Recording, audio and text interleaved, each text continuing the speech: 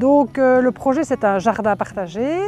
Le terrain est un terrain qui nous a été mis à la disposition par la commune de Gembloux.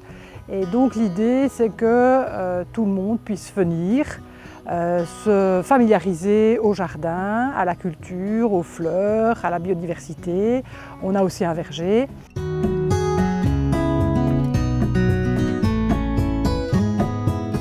Ce qui me plaît beaucoup de nouveau, c'est que de par le fait qu'on a des valeurs communes, les gens qu'on rencontre ici, eh bien, assez rapidement, il y a des amitiés qui se créent. Et donc, un grand plaisir qu'on a en venant au potager, c'est de pouvoir se retrouver.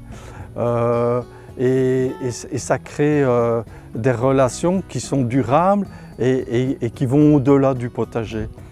En fait, c'est l'humain qui est en fait remis à sa place au niveau de la nature, qui fonctionne avec la nature plus que contre la nature. Donc l'idée, c'est de produire des légumes, mais aussi produire du lien. On essaye d'avoir des contacts avec le CPAS de Gembloux, avec tous les villageois de Grand-Lay, pour cultiver ensemble et pour partager ensemble. Alors on partage les légumes entre nous, mais aussi on remarque qu'on partage les légumes avec les animaux qui habitent le potager. Parfois ça ne fait pas toujours des heureux, mais voilà.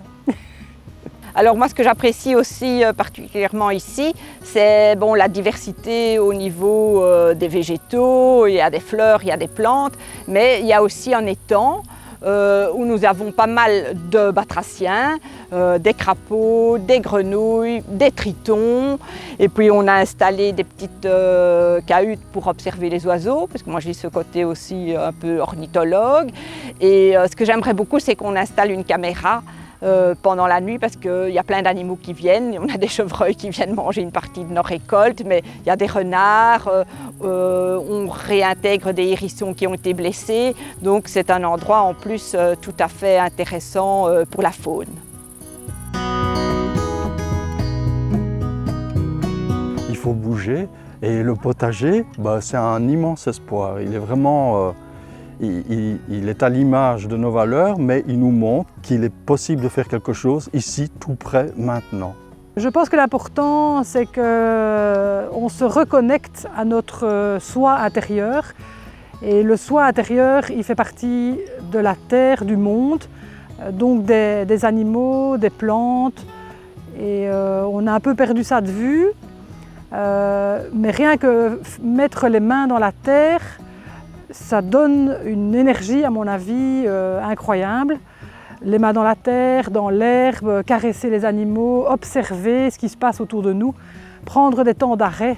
Je pense que ça, c'est important, de ne pas toujours être dans la course, mais pouvoir se dire à un moment donné, qu'est-ce qui m'entoure, simplement là où je suis.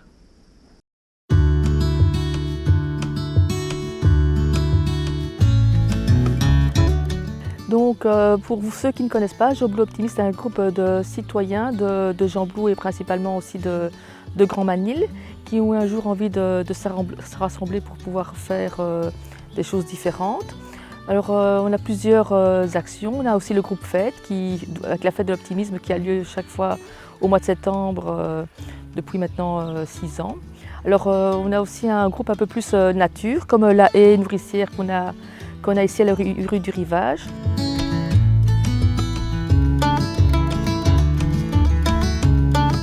En fait, on est un peu emporté dans un système, on voit bien que ça ne va pas aller, quoi. Hein, on voit l'épuisement des ressources, on voit la démographie, on se dit à un moment donné ça va forcément caler, c'est juste mathématique. Et donc on est un peu inquiet, on se sent un petit peu impuissant. Et ça fait du bien en fait d'être dans un groupe où on peut en parler, où on peut aussi réfléchir, comment être un peu plus autonome, comment être un peu plus compétent aussi, parce que quelque part, si un jour on se retrouve sans pétrole et sans supermarché, comment on va faire, quoi. Et du coup, je trouve ça assez rassurant de réapprendre à cultiver des légumes, de réapprendre à réparer nous-mêmes nos appareils électroménagers, même si moi je ne dois pas savoir tout faire, mais simplement dans le groupe, il y en a qui savent le faire. Et du coup, c'est un espèce de partage de compétences assez chouette, quoi.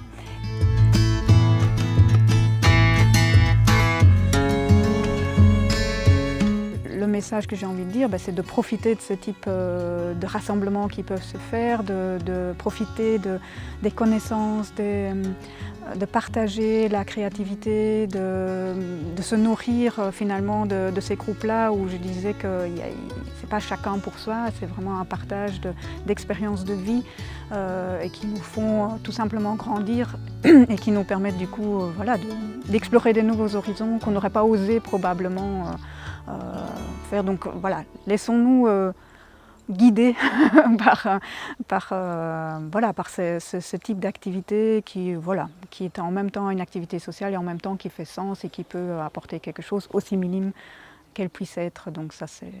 Voilà, profitons-en.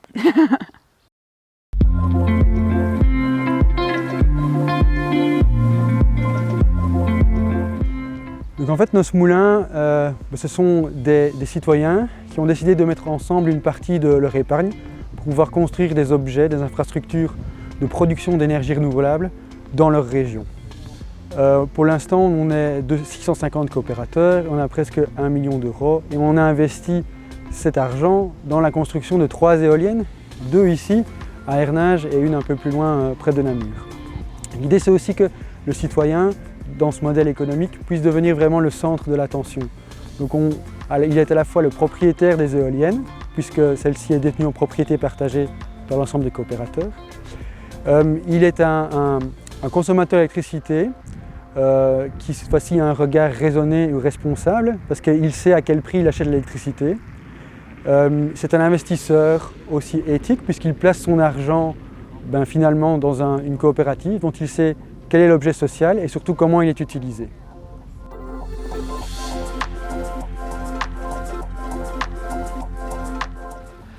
Alors personnellement, je suis dans une démarche aussi de réappropriation, mais pas uniquement du côté énergie, mais aussi du côté alimentation, de réappropriation finalement de notre vie, reprendre le pouvoir sous nos existences. Et donc dans le projet de Nos Moulins, ce qui me fait sens, c'est vraiment de se réapproprier finalement une part de notre existence, que ce soit notre pouvoir de décision politique, notre pouvoir d'influencer un peu à notre échelle très locale le cours de l'évolution des choses. Et donc vraiment, ce qui me fait sens dans Notre Moulin, c'est vraiment de se réapproprier une part de pouvoir. Minime, mais malgré tout, ça fait sens malgré tout.